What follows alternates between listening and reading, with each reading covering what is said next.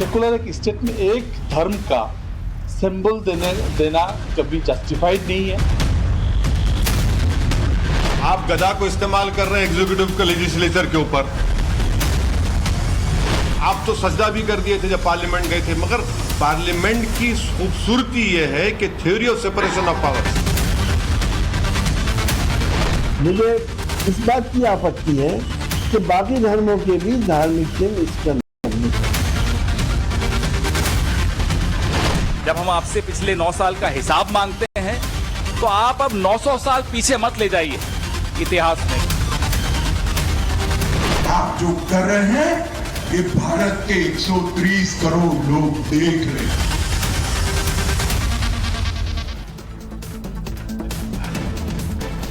नमस्कार दर्शकों, मैं हूं नाविका कुमार और आप जुड़ रहे हैं सवाल पब्लिक का शो पर। 15 अगस्त 1947 को आजादी मिली इस देश को। आगे देश गणतंत्र भी बना, सब कुछ हुआ, लेकिन उसी अंग्रेजों के बनाए संसद भवन में हुआ। आप कह सकते हैं कि बिल्डिंग में क्या रखा है, लेकिन एक पक्ष ये भी कह रहा है कि अपना घर तो अपना ही होता है। उसी तरह आजादी की 75वीं सालगिरह पर बनकर तैयार संसद, उसके साथ का इमोशन, फर्क तो पड़ता है, आप माने या ना माने। और ये फर्क इतिहास में दर्ज होगा 28 मई 2023 को, जब स्वतंत्र भारत में बनी संसद का उद्घाटन देश के प्रधानमंत्री नरेंद्र मोदी करेंगे। सोचने भर से राष्ट्र प्रेम से मन रोमांचित हो जाता है। सोच कर देखिए जरा कि जिन्हें उन गौरव भरे पलों में हिस्सा लेने का मौका मिल सकता है, वो कितने भाग्यशाली होंगे। सोचकर देखिए, एक इतिहास बन रहा हो, आप उसके साक्षी बनेंगे, कैसा लगेगा। इस वीडियो पर प्रधानमंत्री नरेंद्र मोदी ने अपने ट्वीट में लिखा, नया संसद भवन हर भारतीय को गर्व से भर देगा। लेकिन मैं कहूंगी, दुर्भाग्य इस देश का, जहां इन दिनों हर बात में राजनीति होने लगती है। देश के मुद्दे भर भी यहाँ पर लोग इस तरह के कुतर्क रखते दिखते हैं कि लगता है कि ठान रखा है, बस कैसे भी विरोध करना है, विरोध करते रहेंगे। सवाल उठता है कि क्या जो विपक्षी दल संसद के उद्घाटन का बॉयकॉट करने जा रहे हैं, वो देश के इतिहास के इस अहम मोड़ पर कलंक लगाने जा रहे हैं। संसद के उद्घाटन के इस मौके पर विरोध में 2 बातें कही गई हैं। एक, आदिवासी राष्ट्रपति से उद्घाटन क्यों नहीं कराया जा रहा, और दूसरा सवाल, लोकसभा स्पीकर के आसन के पास सेंगोल क्यों रखा जा रहा है। मैं पूछना चाहती हूं कि जो आज राष्ट्रपति का नाम ले रहे हैं, क्या उन्होंने संसद भवन के बनने को लेकर, लायन कैपिटल के आकार को लेकर कंट्रोवर्सी नहीं खड़ी की थी? क्या उन्होंने पहले संसद की नींव रखने का बॉयकॉट नहीं किया था? मैं ये भी पूछना चाहती हूं कि जो लोग सेंगोल को हिंदू प्रतीक बताकर विरोध कर रहे हैं, क्या वे लोग हिंदू विरोध में भारत की परंपरा के विरोध में उतर आए हैं? क्या इसके पीछे मुस्लिम वोट बैंक को खुश करना नहीं है? सवाल पब्लिक का है कि क्या मोदी विरोध में भारत के संसद के विरोध की हिमाकत की जा रही है? क्या ये कांग्रेस समेत कुछ विपक्षी दलों की ऐतिहासिक भूल है? और क्या नई संसद में सेंगोल का आना सनातन से हुए अन्याय की भरपाई है? यही है आज सवाल पब्लिक का।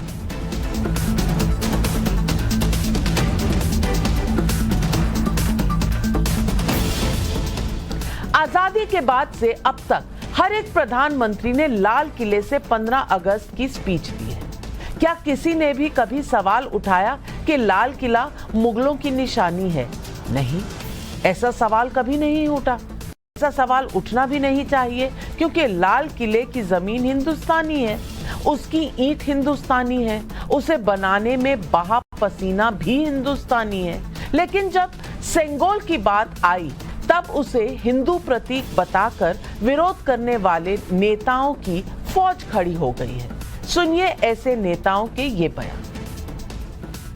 वो क्या होगा, वो क्या होगा, वो हाँ, गधा कैसा होगा? आप गधा को इस्तेमाल कर रहे हैं एग्जीक्यूटिव के लेजिस्लेचर के ऊपर। मैं अमर चित्रा कथा में पढ़ा हूं अपनी बचपने में, जानता भी हूं। मगर आप theory of separation of powers को क्यों मारना चाह रहे हैं? बेसिक स्ट्रक्चर को क्यों मारना चाह रहे हैं आप?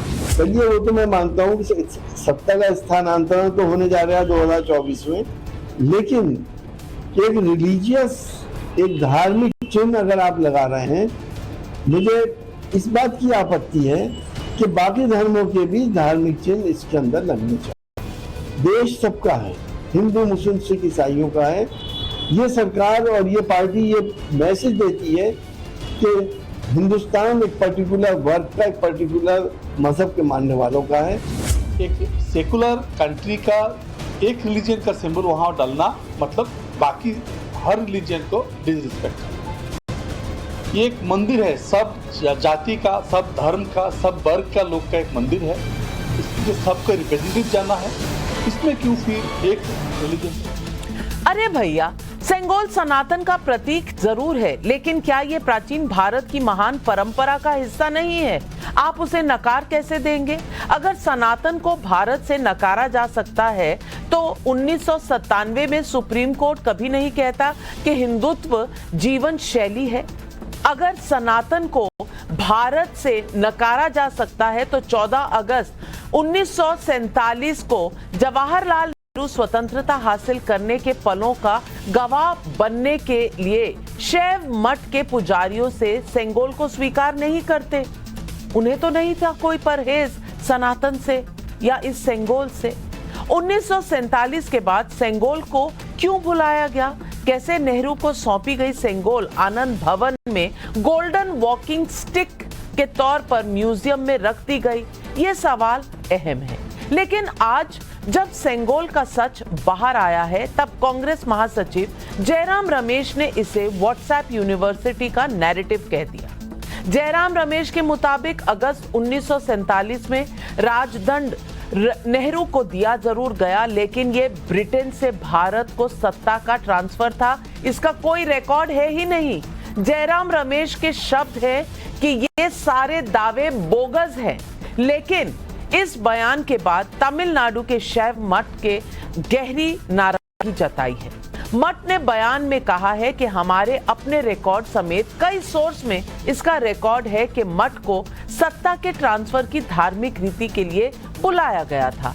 जयराम रमेश के बयान पर केंद्रीय मंत्री अमित शाह ने भी पलटवार करके कहा कि आखिर क्यों कांग्रेस भारत की परंपरा और संस्कृति से इतनी घृणा करती है। कांग्रेस ने शैव मठ के इतिहास को बोकस कहा। कांग्रेस को अपने व्यवहार पर सोचना चाहिए। उधर केंद्रीय मंत्री स्मृति ईरानी भी सेंगोल को भारत के संस्कृति का प्रतीक बताकर उस पर विराजमान नंदी को महादेव का प्रतीक बता रही थी। सुनिए स्मृति ईरानी का ये बयान। जो धर्म का दंड है वो प्रतीक है भारत की लोकतांत्रिक आजादी का।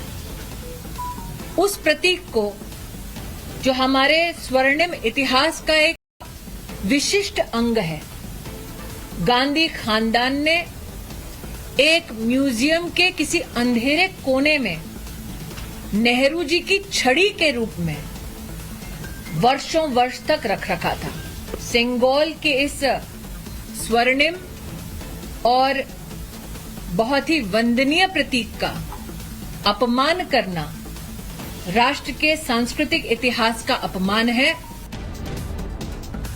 लेकिन लड़ाई दो लेवल पर चल रही है। एक तो सेंगोल से हिंदू मुस्लिम करने की कोशिश होती दिख रही है, दूसरी नई संसद के उद्घाटन के मौके पर मोदी प्लस और राहुल का समीकरण दिखाने की कोशिश भी हो रही है। इसमें फिलहाल जॉइंट ऑपोजिशन की थ्योरी को झटका लगता हुआ नजर आ रहा है। कांग्रेस समेत 19 दलों ने संयुक्त रूप से और एआईएमआईएम के साथ ही एआईयूडीएफ ने अलग से उद्घाटन के विरोध का ऐलान किया था, लेकिन जेडीएस, बीएसपी, बीजेटी समेत कई और पार्टियों ने विपक्ष के कई दलों से इस मांग की साथ नहीं की। देखा जाए तो 21 दल उद्घाटन का बॉयकॉट कर रहे हैं, तो 25 दल इसके समर्थन में भी उतर आए हैं। कांग्रेस के साथ बॉयकॉट का जॉइंट स्टेटमेंट जारी करने वाली नेशनल कॉन्फ्रेंस के नेता उमर अब्दुल्ला ने सुर भी बदल लिए हैं। उमर अब्दुल्ला ने ट्वीट करके कहा, 1 मिनट के लिए उद्घाटन के हो हल्ले से अलग हटा दो तो भवन स्वागत योग्य है। लेकिन कांग्रेस के नेता पवन खेड़ा का बयान क्या है, खुद ही सुन लीजिए।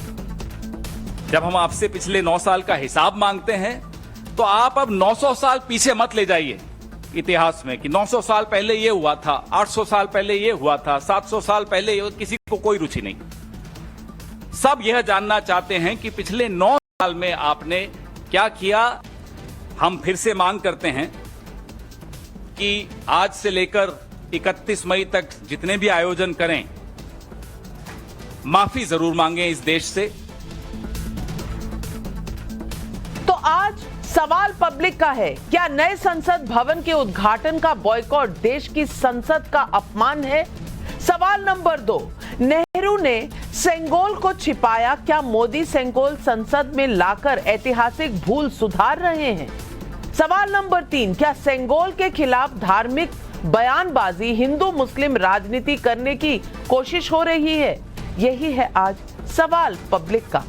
और इन सवालों के जवाब देने के लिए आज हमारे साथ जुड़ रहे हैं जीवीएल नरसिम्हा राव, सांसद हैं और बीजेपी के राष्ट्रीय प्रवक्ता भी हैं। उदित राज जी कांग्रेस के वरिष्ठ नेता हैं। मालूक नागर जी बहुजन समाज पार्टी के लोकसभा मेंबर ऑफ पार्लियामेंट हैं। हारिस पठान जी AIMIM के राष्ट्रीय प्रवक्ता हैं। अमीक जमाई जी समाजवादी पार्टी के प्रवक्ता हैं। हर्षवर्धन त्रिपाठी वरिष्ठ पत्रकार हमारे साथ जुड़ रहे हैं। और मेरा पहला सवाल उदित राज जी को जाता है। उदित राज जी, अब इस देश का इतिहास बोगस हो गया है और आज तमिलनाडु के मठ ने भी कह दिया कि उनके पास रिकॉर्ड कायम है, रिकॉर्ड चाहे तो देख लें। और आप जिन मैगजीन्स को बहुत मान देते हैं वो टाइम मैगजीन ने भी नोट किया हुआ है। इसके अलावा ये पूरी कार्रवाई हुई थी सेंगोल सौंपने की 1947 के 15 अगस्त के 12 बजे से 15 मिनट पहले। ये इतिहास का एक ऐसा सच है जिसे झुटलाया जा ही नहीं सकता। मैं पूछना चाहती हूं, सेंगोल से गोल्डन वॉकिंग स्टिक तक की जो आपकी जर्नी है, इससे आप क्या साबित करना चाह रहे हैं कि देश की परंपरा, देश की संस्कृति सब कुछ बोगस है?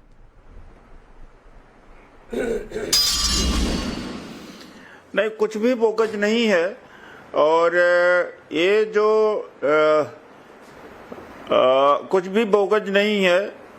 9 साल से बीजेपी सत्ता में है, इसके पहले वाजपेयी जी थे, तो कुल मिला के 15-16 साल तो ये लोग हुकूमत में है ही है। तो इनको क्यों नहीं ध्यान आया कि सेंगोल नाम की कोई चीज भी है? एक आदिवासी राष्ट्रपति का हक मारना, अधिकार मारने का एक पेच फंसाने का बहाना खोज लिया है। अरे भाई, कल भी कर सकते हैं, पहले कर सकते थे। और किसी ने नहीं कहा कांग्रेस के तरफ से कि इसका साक्ष्य नहीं है। ये जबरदस्ती मीडिया में बनाया जा रहा है कि साक्ष्य इसका नहीं है। न हम इस पर कुछ कह रहे हैं, हम इतना कह रहे हैं कि राष्ट्रपति जी हेड ऑफ द स्टेट है और स्टेट के अंदर ही विपक्ष आता है, गवर्नमेंट के अंदर विपक्ष नहीं आता है। Article 79 of Indian constitution clearly lays down that the opposition party is the head of the state, and state comprises opposition parties as well, not only parliament houses.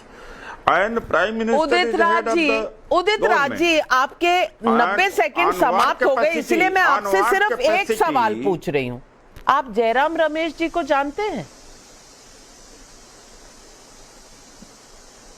जानते हैं? मैंने सुना है आप लोग झूठ बोल रहे हैं। अच्छा, नहीं, मैं झूठ बोल रहे हैं, आप लोग जानता है कि आप लोग झूठ बोल रहे हैं। सर, स्क्रीन पर जयराम रमेश जी का ट्वीट है जिसमें उन्होंने सेंगोल को बोगस बनाया है और ये भी बोला है इसका कोई साक्ष्य नहीं है। और उन्होंने कहा है जो लोग सेंगोल को बोल रहे हैं कि इसका हमारी स्वतंत्रता से कुछ लेना देना है, वो लोग व्हाट्सएप यूनिवर्सिटी में पढ़ते हैं। आप जयराम रमेश जी की बाइट इसी समय सुनाइए। आप लोग ये प्रोपेगेंडा फैला रहे, एक आदिवासी राष्ट्रपति का हक मारने के लिए पेच फंसा दिया है आपने, और कुछ नहीं है। आपको क्यों नहीं ख्याल आया, लोगों को क्यों ख्याल नहीं आया कि सिंगोल नाम की कोई चीज है? इसलिए कि आदिवासी को हक मारना है, कोई न कोई तरीका खोज लिया है। आदिवासी का हक मार रहे हैं, आप तरीका ढूंढ रहे हैं। सेंगोल बहाना है, आदिवासी का हक मारना आपका एक्चुअल जो है मंशा है आपकी। जीवीएल नरसिम्हा राव जी, जवाब दीजिए। नाविका जी, आपको, पैनल के सभी को, दर्शकों को नमस्कार। आज कांग्रेस पार्टी को अधिकृत रूप से अलग अलग विषयों के लिए, 3 विषय के लिए माफी मांगनी चाहिए। सबसे पहले एक नए संसद के जो भवन का जो इनॉग्रेशन हो रहा है, इसको बॉयकॉट करने के लिए देश की जनता को माफी मांगना चाहिए। दूसरी माफी देश की संस्कृति और सेंगोल को और उस पूरे परंपरा को अपमान करने के लिए, ये पूरे धर्म संस्कृति को, पूरे परिषद को अपमान करने के लिए, एक तरह से मजाक बनाने के लिए देश की जनता से दूसरी माफी मांगनी चाहिए। और तीसरी माफी मांगनी चाहिए महामहिम राष्ट्रपति जी को इस एक कंट्रोवर्सी में बांधने का, और जब उनका चुनाव हो रहा था उनका मजाक उड़ाने का, उनको कांग्रेस के द्वारा राष्ट्रपत्नी करके कह के अपमान करने का लिए माफी मांगनी चाहिए। कांग्रेस कितने बार के 3 बात के लिए आज पहले माफी मांगे, उसके बाद ही उनको बोलने का कोई अधिकार है। उदित राज जी, आप बता दीजिए इस देश में अधिनम मठ है कि नहीं है? आप बता दीजिए कि ये चोला के समय से ये परंपरा इस देश में है, ये मठ है और उनके रिकॉर्ड हैं। इस पर आप मान्यता रखते हैं या नहीं रखते हैं? आप इस देश में शिव जी पर कोई आस्था रखते हैं या नहीं रखते हैं? आपको ये जो सेंगोल दिख रहा है, इसके ऊपर नंदी नजर आ रहा है या नहीं आ रहा है? मैं सिर्फ इतना पूछना चाहती हूं कि एक इस तरह के साक्ष्य से क्या तकलीफ है कांग्रेस पार्टी को? बता दीजिए, क्योंकि राष्ट्रपति के बाद जो आप छेड़ रहे हैं, उनको ना आपने सपोर्ट किया था, ना समर्थन दिया था, और उनको जो नाम बुलाए गए थे वो आपके सबके सामने और आप ही की पार्टी ने बुलाए थे। मैं पूछना चाहती हूं कि ईवल कॉन्स्पिरेसी ईवल सोच का एक उन्हें बताया गया था साक्षात्कार, आज आपको राष्ट्रपति के लिए इतना दुख हो रहा है, इतना समय आ रहा है, ऐसा क्यों? सिर्फ इसलिए कि आपने ऑपोजिशन है तो ऑपोजिशन करनी है, विरोध करना है।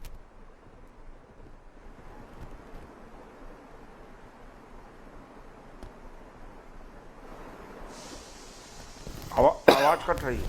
आप ही से पूछ रही हूं उदित राज जी। हाँ, फिर से। हाँ नविका जी, देश में जनतंत्र आपके हिसाब से खत्म हो गया है क्या? अब आप लोग इस हद तक उतर गए हैं कि जब द्रौपदी मुर्मू जी को उम्मीदवार बनाया गया तो कांग्रेस को नहीं सपोर्ट किया।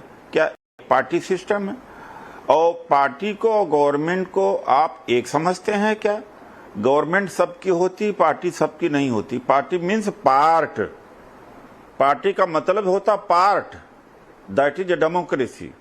उस समय के सिचुएशन को बाद में कंपेरिजन आप कर रहे हैं।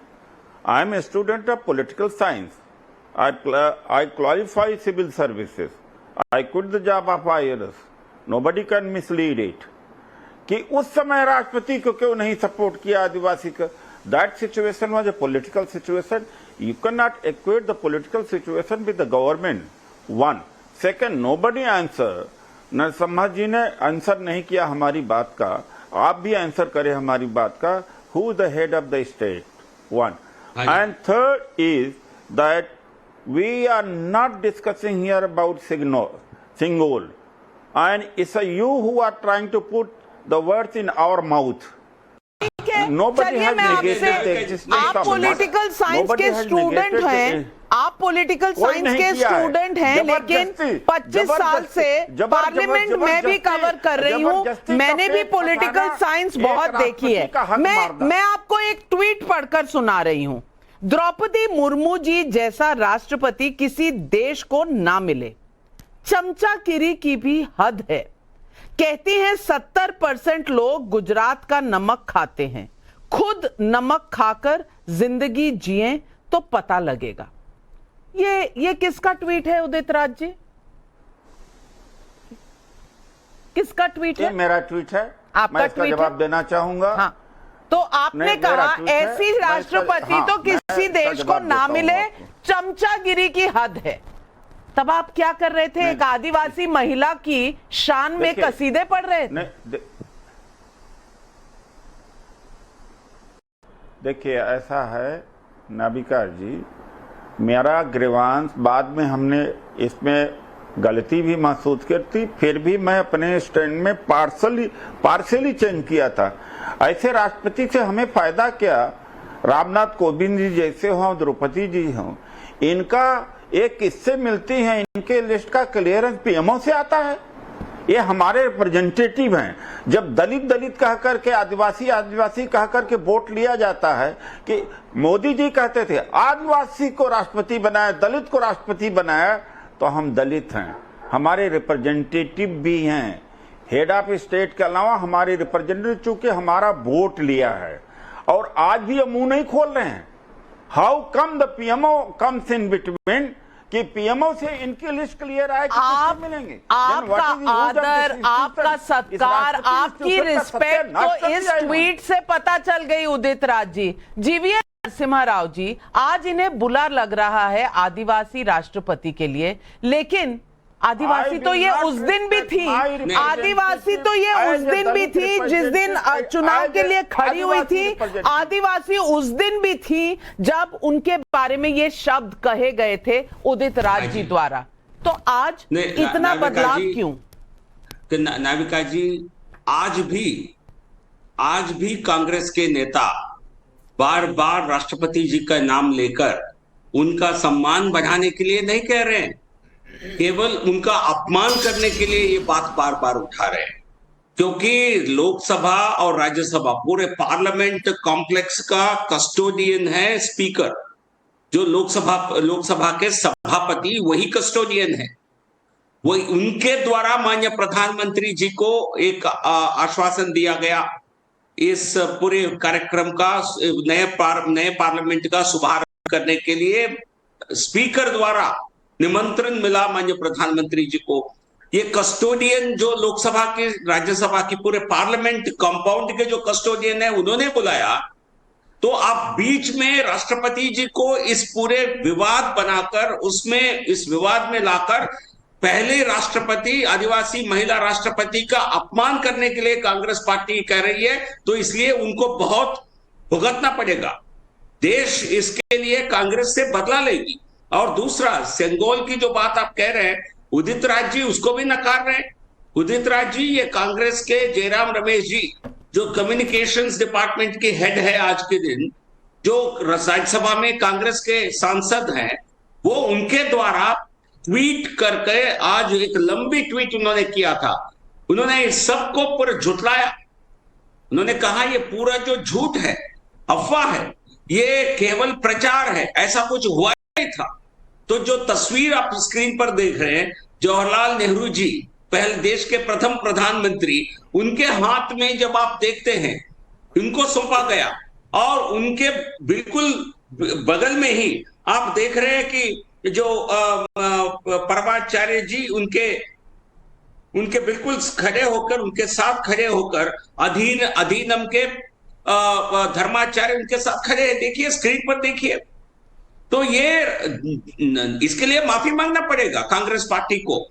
आपने कहा कि भगवान राम मिथ्या है, आपने कहा राम सेतु बिल्कुल कहीं है ही नहीं, आपने कई ऐसे पाप किए हैं। आज सेंगोल के नाम पर आपने झूठ बोलकर आपने इतिहास को भी मजाक बनाने का काम किया है। या कांग्रेस पार्टी ये कह दे हम जवाहरलाल नेहरू को भी एक बड़े गुनहगार मानते हैं, उनको ऐसा नहीं करना चाहिए था, बहुत पाप किया है जवाहरलाल नेहरू।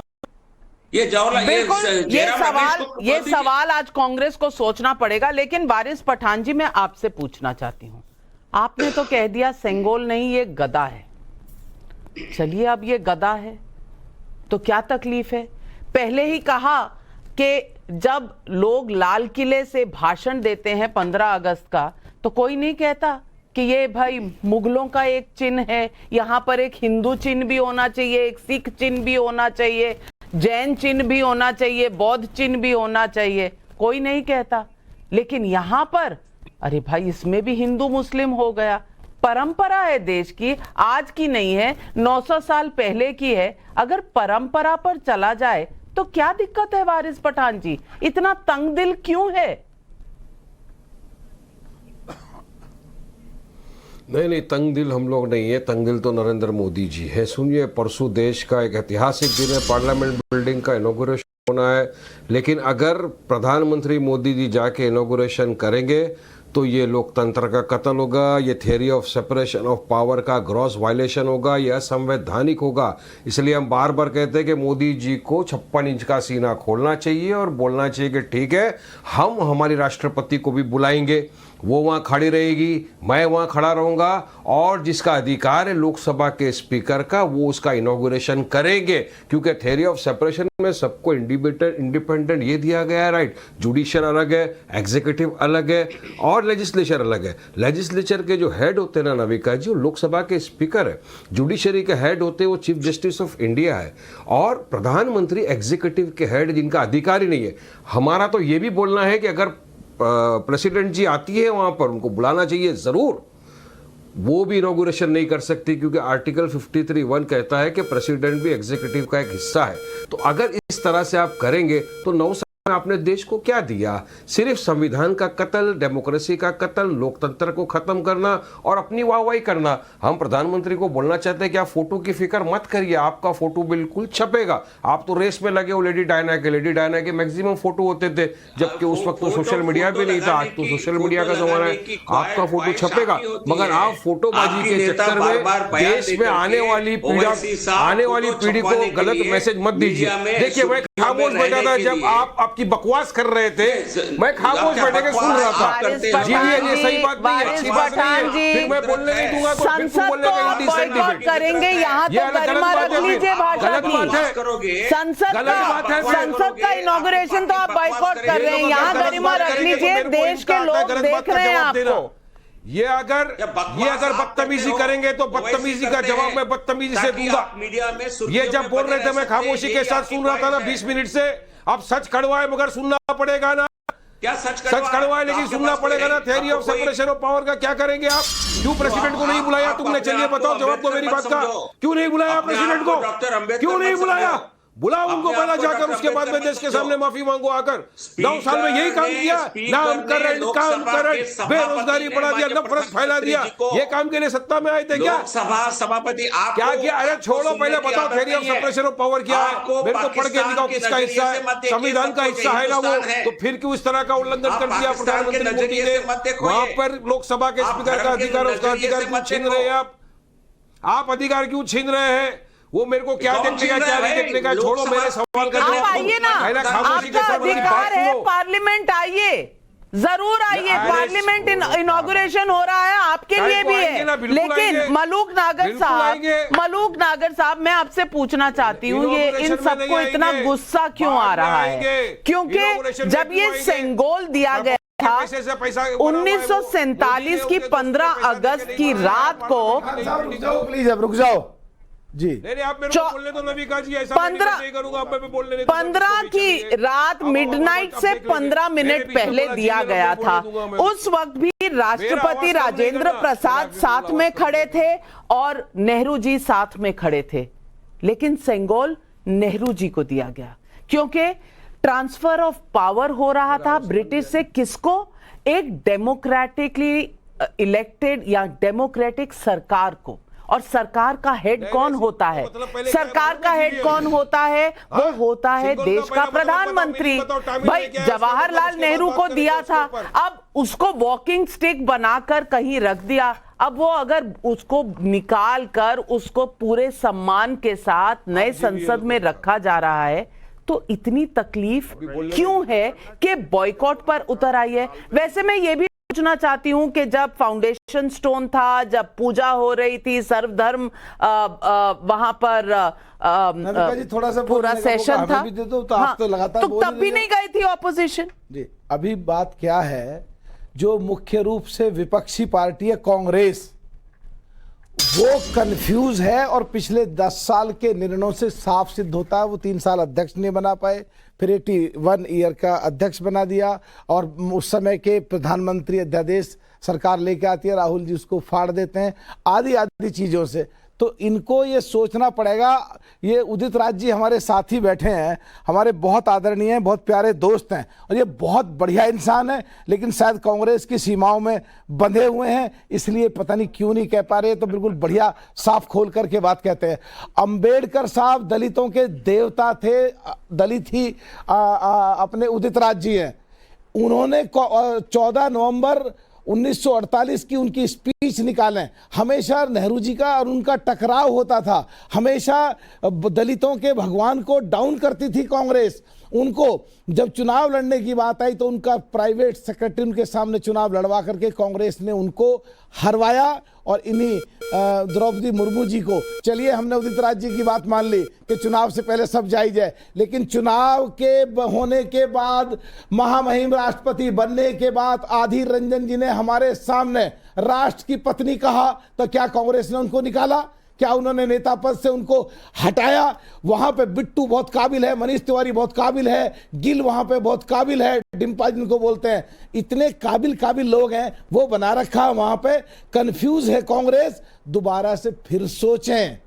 1913 में लेजिस्लेचर सिस्टम की स्टार्ट हुई कलकत्ता में, 20 दिसंबर में 1920 और 1921 जनवरी में लेजिस्लेटर यहां आया जब 20 करोड़ से कम लोग थे। ये 17 में शुरू हुई, 26 में पूरी हुई, 1927 में पहला सेशन हुआ, 1947 में सेंट्रल लेजिस्लेटिव असेंबली नाम था, कॉन्स्टिट्यूट असेंबली नाम हुआ, स्लाइटली चेंज हुआ। 52 में पहली बार संसद इंडियन पार्लियामेंट नाम आया। उस समय 37 करोड़ लोग थे, 30 करोड़ हिंदुस्तान में रह गए, 7 करोड़ पाकिस्तान में पहुंच गए। तो क्या आज 140 करोड़ लोग हैं? एमपीओ की संख्या नहीं बढ़नी चाहिए? बड़ी संसद नहीं बननी चाहिए? बड़े देश को, जो देश पूरे संसार में नाम करता जा रहा है। उदित राज जी भी पिछली बार बीजेपी से ही सांसद थे, ये भी हिस्सा थे सरकार का, इनका भी योगदान है अगर कहीं आगे बढ़ने में है। और ये हमेशा इन्होंने देश के लिए काम किया, मैं उनकी सराहना करता हूं और ऐसी जगह जाकर के काम करा। पर आज पता नहीं क्यों जकड़ गए कांग्रेस के इस मकड़ जाल में। उदित राज जी, मुझे पूरी प्लीज बात करने दो। तो आज अगर ये बड़ी लोकसभा बनने का या बड़ी राज्यसभा बनने का या बड़ी संसद बनने का करते हैं तो क्यों करते हैं? और दलितों के देवताओं का अपमान करा अंबेडकर साहब का, और आज दलितों का बहाना लेकर के फिर करते हैं। चुनाव अलग है, राजनीति अलग है, एमएलए बनना अलग है, एमपी बनना अलग, सरकार किसकी आए अलग।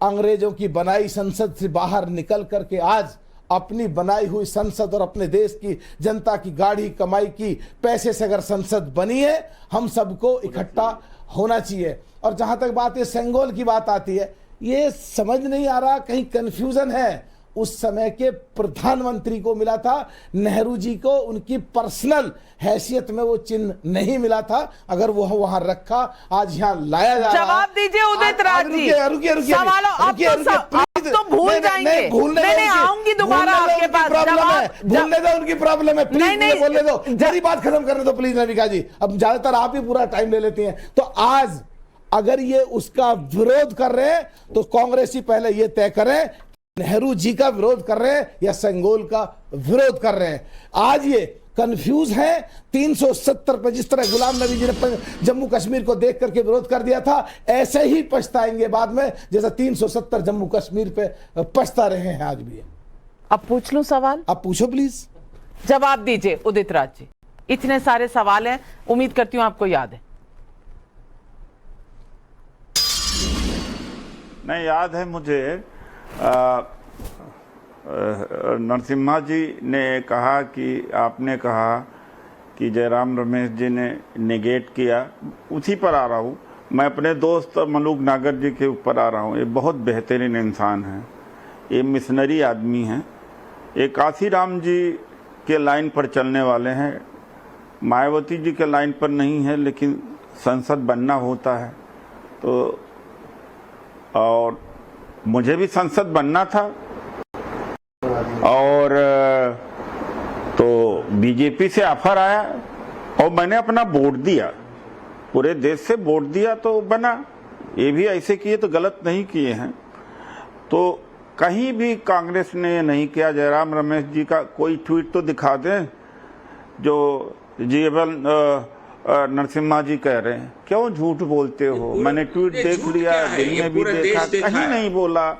बिना मतलब आप लोग बखेड़ा कर रहे हैं कि कांग्रेस ने अब बोल रहे हैं जयराम जी ने ऐसा कोई ट्वीट नहीं दिया, और भाजपा फिर कह रहे हैं कि नेहरू जी को सिंबल मिला के नहीं। नविका जी दिखाओ तो भाई, लगा हुआ है ना स्क्रीन पर भाई। अब टीवी खरीद कर थोड़ी ला सकती हूँ वहाँ पर, स्क्रीन पर है। ट्वीट पढ़ दो, ट्वीट पढ़ देती हूँ। चलिए आपको ट्वीट पढ़ दो, चलिए पढ़कर सुना देती हूँ। झूठ बोलते हो भाई। नहीं ये क्या है? आप झूठ पढ़ो जी। मैं पढ़कर सुना रही हूँ। Is it any surprise that the new parliament is being consecrated with physically false narratives from WhatsApp University? सुन लीजिए ना बात, सुन लीजिए। ये जयराम रमेश जी का ट्वीट ही पढ़कर आपको ये सुना रही हूं, और इसमें लिखा है कि बीजेपी आरएसएस डिस्टोरियंस, हिस्टोरियंस नहीं distorians, stand exposed yet again with maximum claims, minimum evidence, majestic scepter conceived of by a religious establishment in then Madras province and crafted in Madras city was indeed presented to Nehru in August 1947. यानी कि ये दिया गया था नेहरू जी को। There is no documented evidence whatsoever of Mountbatten, Rajaji and Nehru describing this scepter as symbol of transfer of British power to India. ये लिखा है, और उन्होंने साथ में लिखा है कि all claims to this effect are plain and simple bogus. आप कह रहे हैं मैं गलत बोल रही हूं, मैं बखेड़ा खड़ा कर रही हूं। आप पढ़ लीजिए। No, not at all. Not at all. I'm also reading. He has not negated the mutt. He has not negated the existence of Singol. That is what he meant. आप लोगों ने जो ये कहा कि कांग्रेस ने तो अमीर जमाई साहब कोई लिखे कुछ, उसका मतलब कुछ, और वो कम्युनिकेशंस के हेड हैं, और ये दिखाता है जो नागर साहब कह रहे थे कि कांग्रेस कहीं ना कहीं कंफ्यूज। नहीं, उन्होंने नहीं कहा कि एग्जिस्टेंस में नहीं, आपने कहा कि अरे ये तो इतिहास। दूसरी बात है, मेरे विद्वान दोस्त हैं बीजेपी के, मैं बड़ा कदर करता हूं, वेरी वेल रेड पर्सन। दलित आदिवासी सबक हमें नहीं सिखाएंगे, आपको सिखाएंगे, देखना आने वाले दिनों में। चलिए वो अलग बात है, चुनाव में क्या होगा अलग बात है, लेकिन इतिहास और देश की परंपरा को आप बदलने की कोशिश कर रहे हैं, ये गलत है। अमीर जमाई जी, मेरा सवाल आपसे है कि क्या विपक्षी दल इतने विरोध पर उतर आए हैं कि हर चीज का विरोध, वहां शेर कैसा दिख रहा है, लायन कैपिटल कैसा दिख रहा है, शेप कैसी दिख रही है, अरे भाई ये कौन से स्टोन से है, ये पूजा क्यों है, ये सेंगोल क्यों है, राष्ट्रपति क्यों नहीं है। अब मीन मेख निकालने पे आ गए हैं, तो आप भूल गए हैं कि ये देश के लिए कितना प्राउड मोमेंट है कि इस देश में अंग्रेजों की बनाई हुई एक पार्लियामेंट, उससे निकलकर अब एक 75वें साल में दूसरे नए पार्लियामेंट जो भारतीय लोगों ने बनाया, भारतीय लोगों के लिए है, उनका है, और इस तरफ जा रही है अगर देश की परंपरा, तो दिक्कत क्या है? नविका मैम, देखिए मुख्य विषय ये है कि जिन लोगों ने भारत के स्वतंत्रता संग्राम में असंख्य हमारे क्रांतिवीरों ने अपनी शहादतें दी, इस मुल्क को बनाया, आइडिया ऑफ इंडिया की जो फाउंडेशन डाली और हमारे मुल्क को एक सोशलिस्ट भारत की तरफ जिसमें जो आम लोग हैं, गरीब हैं, कमज़ोर हैं, उनकी तरफ, उनकी भलाई के लिए भारत आगे बढ़ेगा। और एक संविधान के ज़रिए एक हमें ऐसी किताब मिली, चाहे वो मुग़ल साम्राज्य हो, चाहे वो चोला वंश हो, जितने भी हमारे यहाँ हज़ारों साल की तहजीबें हैं, एक तहजीबें नहीं हैं। तो उसके बाद एक किताब ऐसी हमें भारत में दी गई बाबा साहब अम्बेडकर जी के द्वारा कि पूरा मुल्क जो चलेगा, जो हमारी स्वतंत्रता संग्राम का जो हमारा स्पिरिट है, वो भारत के हमारे कॉन्स्टिट्यूशन के अंदर निहित है। उसी के मुताबिक चीज़ें होंगी। जब उसके खिलाफ कोई चीज़ होती है, इस देश के लोगों को गुस्सा आता है, नरेंद्र मोदी जी की सत्ता को पे सवाल करते हैं, और सवाल करना जायज़ है, जमहूरियत में हक है।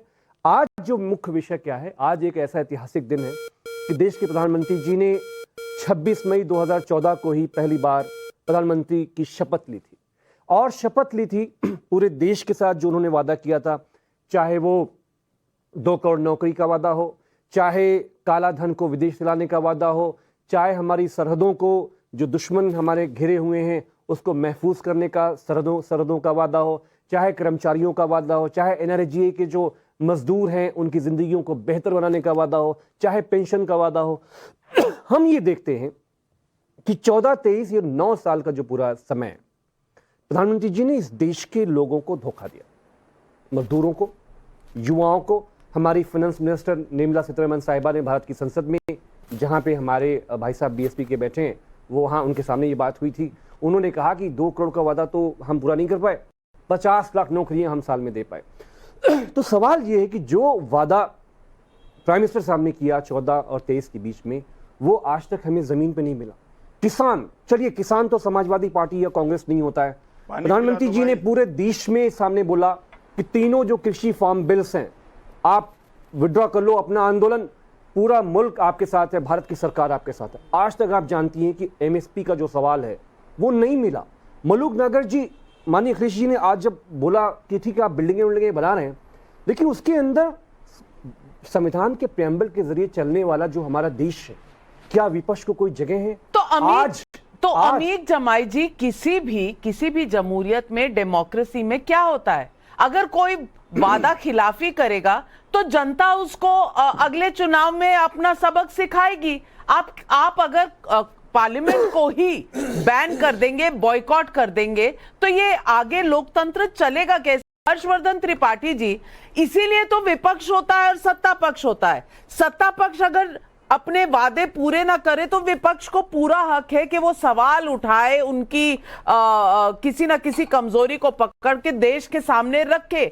लेकिन क्या संसद में ना जाना, उसके इनॉग्रेशन को बॉयकॉट करने से विपक्ष अपना धर्म निभा रहा है, या धर्म के नाम पर, जो इनका असली धर्म है लोकतंत्र का, उसके नाम पर कहीं ना कहीं ये ड्रामा कर रहा है? नविका जी, एक तो आप धर्म मत कहिए बार बार, आप धर्म कहेंगे और ये लोग हिंदू धर्म सुनेंगे और ज्यादा परेशान हो जाएंगे, पीड़ा में आ जाएंगे। क्योंकि जिस राजदंड और राजधर्म की बात हो रही है, तो वहां भी AIMIM से लेके समाजवादी पार्टी के लोगों, सांसद तक को वो हिंदू धर्म दिख रहा है। और इस देश की मूल विरासत, मूल संस्कृति तो हिंदू धर्म ही है, इसमें कहीं कोई भ्रम की अवस्था तो होनी नहीं है, भी नहीं। लेकिन एक सबसे महत्वपूर्ण बात है जिसको देश के लोगों को ध्यान देना चाहिए। बिल्कुल, महंगाई, बेरोजगारी, दुनिया के मुद्दे, उस सब पर हम बात करेंगे, उस सब पर हम लड़ेंगे, उस सब पर हम जनता के सामने जाएंगे, ये विपक्ष का काम होना चाहिए। लेकिन विपक्ष तय करेगा कि सरकार अगर संसद बनी है, और आज तक के इतिहास में दुनिया में बहुत जगह संसद बनी है, मैं उस सब का रिकॉर्ड देख रहा था, तो जाने कितने कितने वर्ष लग गए। 10 दिसंबर 2020 को शिलान्यास होता है, आज लोकार्पण होने जा रहा है 28 मई 2023। प्रधानमंत्री नरेंद्र मोदी का ये अपना विजन है। उस विजन को उन्होंने कोई अलग से अपने मन से नहीं लेकर आए थे। गुलाम नबी आजाद साहब ने बताया कि नरसिंहा राव के समय शुरू हो गया, मीरा कुमार जी ने चिट्ठी लिखी, सुमित्रा महाजन जी ने चिट्ठी लिखी, लेकिन किसी सरकार का साहस नहीं हुआ। क्योंकि हमारे सामने जो लुटियन और हर्बर्ट बेकर, इनकी डिजाइन की हुई, लॉर्ड इरविन के उद्घाटन की हुई एक ऐसी संसद थी जिससे बेहतर संसद हम बना पाएंगे, हमारे देश के राजनेताओं को कभी भरोसा ही नहीं हो पाया। नरेंद्र मोदी ने जब ये शुरू किया तो बड़ा जोखिम का काम था। कमतर हो जाती, पूरी ना हो पाती, 24 का चुनाव आ जाता, ये लोग तो यही सोचे बैठे हुए थे। कोरोना हो गया है, 20,000 करोड़ बता रहे थे, पूरे सेंट्रल विस्टा प्रोजेक्ट का जो बजट था उसको 800 कुछ करोड़ के बजट में शामिल कर दे रहे थे। मुझे लगता है ये कांग्रेस की फांसीवादी मानसिकता है कि हम नहीं तो कोई नहीं। वो जैसे कहते हैं ना, बचपन में हम सब ने गली क्रिकेट खेला होगा, मेरा बल्ला है, हम लेके जा रहे हैं, अब खेल नहीं होगा। कांग्रेस लोकतंत्र को इसी तरह समझती है। वो जो golden walking stick presented to Pandit Nehru, वो जो म्यूजियम में रखा गई थी, मेरा बल्ला है था, वो देश की सत्ता के हस्तांतरण का प्रतीक था। नेहरू जी ने कहा छड़ी हम लेके जा रहे हैं, रख दिया वहां, और वहां भी वो नेहरू वीथिका में रखी थी। वो कोई ऐसा नहीं था कि वो पूरे संग्रहालय में, वो नेहरू वीथिका में रखी थी, पर्सनल गिफ्ट में। देश इन चीजों को बहुत अच्छे से देख रहा है, और लोकतंत्र में बहिष्कार सबसे खराब चीज मानी जाती है, अतिरेक है। जवाब दीजिए वारिस पठान जी, जवाब दीजिए, क्योंकि आज देश के लोग और हमारे दर्शक भी पूछ रहे हैं। सतीश चांडक मुंबई से पूछ रहे हैं कि अगर आपको नई संसद पसंद नहीं आ रही तो क्या हम पब्लिक इन्हें 2024 में नई संसद में ना भेजें, तब ठीक रहेगा क्या? ये सवाल पब्लिक पूछ रही है। नहीं, देखिए नाविका जी, 2019 के अंदर जब ऑल पार्टी मीटिंग आई थी, उसमें हमारे पार्टी के प्रेसिडेंट असद ओवैसी साहब मौजूद थे। उन्होंने कहा कि नए सांसद की ज़रूरत है, क्योंकि छोटे सांसद में बहुत स्क्रैम्बलिंग हो रहा था, तो नया सांसद की ज़रूरत है। मगर इस तरह से संविधान का उल्लंघन करके इनॉग्रेशन नहीं किया जाता। अभी इसकी बात ये लोग कर रहे हैं, तो निष्पक्ष और न्यायपूर्ण शासन का नाम है शिंगोल। क्या निष्पक्ष और न्यायपूर्ण शासन आप कर रहे हैं? चलिए बताइए। हमारे प्रेसिडेंट का उनका अधिकार छीन लिया, उनको बुलाया नहीं। जो लोकसभा के स्पीकर है, जिनका अधिकार है रिबन काटना, इनॉग्रेशन करना, उनको आपने करने नहीं दे रहे हो, तो कहां से न्याय आप कर रहे हो? तो अन्याय चल रहा है। और मोदी के राज में हो क्या रहा है 9 साल में? अभी मैं सुन रहा था, कोई बता रहा है ये कर दिया वो कर दिया। 9 साल में आपने कुछ नहीं किया। क्या 9 साल के पहले हिंदुस्तान पूरा जंगल था? क्या university, college, school, hospital, train वगैरह कुछ नहीं थी क्या? हाँ, 9 साल में आपने किया बहुत कुछ है, सिर्फ नामकरण का काम किया, उसके सिवा कुछ नहीं किया। नफरत फैला दी पूरे देश में, उसके सिवा कुछ नहीं किया। संविधान की धज्जियां उड़ा दी आपने, उसके सिवा कुछ नहीं किया। अब जाके आप 28 तारीख के दिन इनॉग्रेशन करेंगे, हम तो वहां पे हाजिर नहीं होंगे, क्योंकि हमने तो साफ कहा था अगर मोदी जी स्टेटमेंट देंगे कि मैं खड़ा रहूंगा और लोकसभा के स्पीकर उसका इनॉग्रेट करेंगे, तो हम लोग वहां पे हाजिर होंगे, वरना नहीं होंगे। तो आप इतना हिस्टोरिकल डे के दिन जाके आपको सिर्फ बस अपनी वाहवाही करवाना है। आप क्यों संविधान को नहीं मानते? आपको बड़ा दिल रख के बोलना चाहिए। कितने सांसद हैं आपके? नहीं कर रहा हूं, बोलिए। कितने सांसद हैं आपके? कर ले और बोले। कितने सांसद हैं? हमारे 2 है, 350 पे काफी है। और डिक्टेट करेंगे देश के लोकतांत्रिक तरीके से चुने हुए प्रधानमंत्री को? दो सांसद क्यों? क्या हुआ चुने हुए प्रधानमंत्री? ये वही है, 20 करोड़ 100 करोड़ पर भारी मानना पड़ेगा। संविधान की शपथ थे ना, सुनिए, उन्हें संविधान को चूमा था ना नाविका जी, संविधान को चूमा था, संसद में सजदा किया था, माथा टेका था। आज वहां पर तुम जाके इस तरह का उल्लंघन करो। अरे हक छीन रहे हो आप, हमारे लोकसभा के स्पीकर का हक छीना जा रहा है। बड़ी आपको चिंता है लोकसभा के स्पीकर को? आप आए दिन उन्हें कहते हैं कि वो पक्षपात करते हैं। हर्षवर्धन त्रिपाठी जी ये रोज तारीफ करते हैं क्या लोकसभा स्पीकर की? आ जाएगी आपकी इज्जत में। नाविका जी, सिर्फ 2-3 पंक्तियां। पहली बात तो ये, जितने लोग संविधान की दुहाई दे रहे हैं, इन्हें संविधान पढ़ लेना चाहिए। Custodian of the constitution president of India है, लेकिन लीडर ऑफ द मैंडेट वो प्राइम मिनिस्टर होता है। और अगर leader of the mandate prime minister होता तो मिडनाइट स्पीच पंडित जवाहरलाल नेहरू ने नहीं दी होती। बिल्कुल, तब के राष्ट्रपति ने दी होगी। पब्लिक भी यही सवाल पूछ रही है। अरविंद गुप्ता का ग्वालियर से सवाल है, यदि मोदी जी ने नया संसद ना बनवाया होता, विपक्षियों ने विरोध ना किया होता, तो सेंगोल का रहस्य पता ही नहीं चलता। विपक्ष अपने ही बिछाए जाल में नहीं फंस गया क्या? शिशिर भालचंद्र घाटपांडे का भोपाल से सवाल है, संसद भवन के उद्घाटन समारोह का विरोध करने वाले तथाकथित दलित आदिवासी मुस्लिम प्रेमी विपक्षी दल बताएं, राष्ट्रपति पद के मुस्लिम उम्मीदवार कलाम साहब, दलित उम्मीदवार कोविंद जी और आदिवासी उम्मीदवार मुर्मू जी का विरोध क्यों किया था? उदित राज जी जवाब दीजिए, पब्लिक के सवाल है। नविका जी, अभी हर्षवर्धन त्रिपाठी जी ने कुछ पॉइंटेड सवाल किया है कि धर्म का नाम मत लीजिए, ये हिंदू धर्म पर लाएंगे। देखिए, हिंदू धर्म का बहन करना, मजबूत करना, जिंदा रखने का काम दलितों और पिछड़ों का है। सवर्णों से कोई ज्यादा मतलब नहीं है। अभी इरविन का नाम ले रहे थे, चाहे रविशंकर जी का बेटा हो, चाहे पीयूष जी का बेटा हो, चाहे शिवराज जी चौहान, सब इरविन और माउंटबेटन के देश में जाके पढ़ते हैं। दलित आदिवासी यहीं पढ़ते हैं। और कांवर में दलित तो पिछड़े ही होते हैं, ब्राह्मणों के आरएसएस के बच्चे नहीं होते हैं। हिंदू धर्म के जबरदस्त ठेकेदार बना करके आपने बारिश पठान जी बुरा मान जाएंगे, ओवैसी जी बैरिस्टर बनकर आए हैं, ऐसा मत कहिए। अब इन्होंने नहीं ये सच्चाई है ना। इरविन और लॉर्ड माउंटबेटन अंग्रेजों के, इनके सबके बच्चे विदेश पढ़ते हैं। ये हिंदू धर्म के ये ठेकेदार करते हैं। और दूसरा नहीं, कांग्रेस के कितने लीडरों के बच्चे बाहर पढ़ते हैं? आप जीवीएल नरसिम्हा राव जी ने बता दीजिए। बीएसपी को बीजेपी में विलीन करना। देखिए,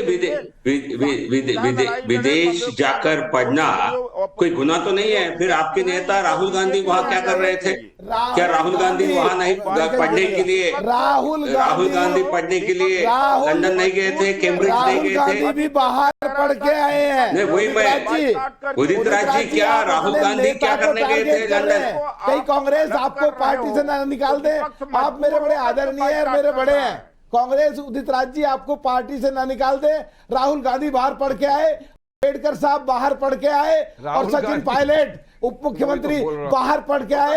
सचिन पायलट हार्वर्ड से पढ़ के आए, आईवी लीग से। राहुल गांधी आईवी लीग से पढ़ के आए। माफ कीजिएगा, समय का अभाव है।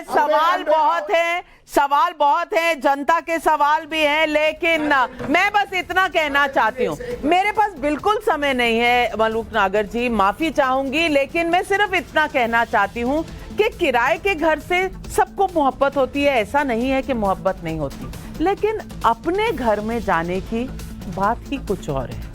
वो जो दिल पर एक प्राइड होता है, आत्मविश्वास होता है, उसकी बात ही कुछ और है। अंग्रेजों के दिए पार्लियामेंट को हमने सराहा, हमने वहां से 75 साल तक इस देश का लोकतंत्र चलाया, लेकिन अब नव भारत है, नया भारत है, तो नया संसद क्यों नहीं? और अगर नया संसद है तो भाई इतना रूठे क्यों हो? चलो ना, भारत हमारा, संसद हमारा। आज बस इतना ही, लेती हूं आपसे इजाजत।